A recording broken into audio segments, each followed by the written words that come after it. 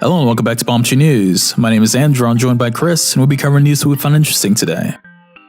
Anthem has had a rough time in both development and post-launch support, and things aren't looking good for the future of Bioware's looter shooter. Anthem and Dragon Age executive producer Mark Dara teased on Twitter that work had begun on Dragon Age 4, and the project is confirmed to be currently in development. While the game is still nowhere near release, it has already had an impact on Anthem, as lead developer Jonathan Warner, lead producer Michael Gamble, and the aforementioned executive producer Mark Dara have all left the Anthem team to begin work on Dragon Age 4. Bioware claims that they are still 100% committed to supporting and fixing Anthem, and that lead producer Ben Irving and head of live services Chad Robertson will be taking on some form of leadership on Anthem going forward. It's hard to take these claims seriously given everything that has happened with the game since it first launched. Much of the game's planned roadmap of DLC and other post-launch content has been delayed indefinitely, with the team being forced to try and work on fixing bugs and other issues before adding the promised new content. Even if these developers had always planned to move over to focus on Dragon Age eventually, it still looks like BioWare is diverting attention away from Anthem, where a lot of time and effort is still needed if they ever want to get the game to where it needs to be. While I would love to see Anthem reach its full potential, and it might still be able to someday, I definitely wouldn't be holding my breath at this point.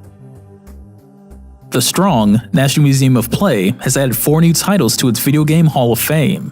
According to the museum's info, the Strong owns and cares for the world's most comprehensive collection of toys, dolls, board games, video games, other electronic games, books, documents, and other historical materials related to play. Since 2015, the Strong has been curating the World Video Game Hall of Fame. Fans of different series can nominate the game of their choosing, and based on impact to the industry as well as significance, the game will be added to their collection. The Strong proudly announced the addition of Microsoft Solitaire, the original Mortal Kombat, Super Mario Kart, and Colossal Cave Adventure to their collection. The last game, Colossal Cave Adventure, was an interesting addition as it released in 1976 and provided one of the first ever interactive text-based works of fiction. Players would play by typing in simple text commands like go south or yes, and the game would play out kind of like D&D. Its significance was definitely felt as the industry evolved, and these text-based games paved the way for RPGs, MMOs, and beyond. The Strong appears to be doing a fine job of picking out titles that belong in a Hall of Fame.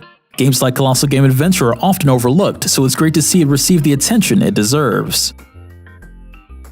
Riot employees prepare to walk out in protest today as pressure begins to come to a head. Tensions over at Riot Games have been rising ever since Kotaku first reported on the issues of gender discrimination and toxic work environments back in August of last year. Various lawsuits have been filed against the company since then, with Riot themselves announcing various changes, including updates to their hiring practices, anti-harassment training for employees, and an updated code of conduct. However, employees have stated numerous times since this all began that Riot is doing little more than attempted PR control of the situation. The final straw came recently when Riot announced that they were blocking 2 of the lawsuits filed against them, forcing the employees involved into arbitration. While arbitration can still come out in favor of the employees in this kind of situation, it's still not as good as having the case go before a judge in an actual courtroom. After talk of a walkout protest began to spread, Riot held a meeting where they announced that incoming employees would be able to opt out of forced arbitration for harassment lawsuits, and that they would consider bringing the same option to current employees, but not until after the current lawsuits were settled. Dissatisfied with the continued mismanagement and false promises from the company, around 100 Riot employees planned a walkout protest today from 2 p.m. to 4 p.m. While Riot did announce that all employees were welcome to join the protest, and that all meetings would be moved to accommodate them, this is more of a PR control move for Riot, as public perception would turn 100% against them if it was discovered that protesting employees were punished in any way. While a 2-hour walkout protest might not sound like much to some people, it's the first small but extremely important step towards making a change in the video game industry. With more and more reports coming out lately about ungodly crunch times and pressures being put on employees during development across the entire industry, many have been calling for employees to start working together to better their work environments. A 2-hour walkout protest could be the start of something bigger, and it's good to see even a small number of Riot employees standing up for what they think is right.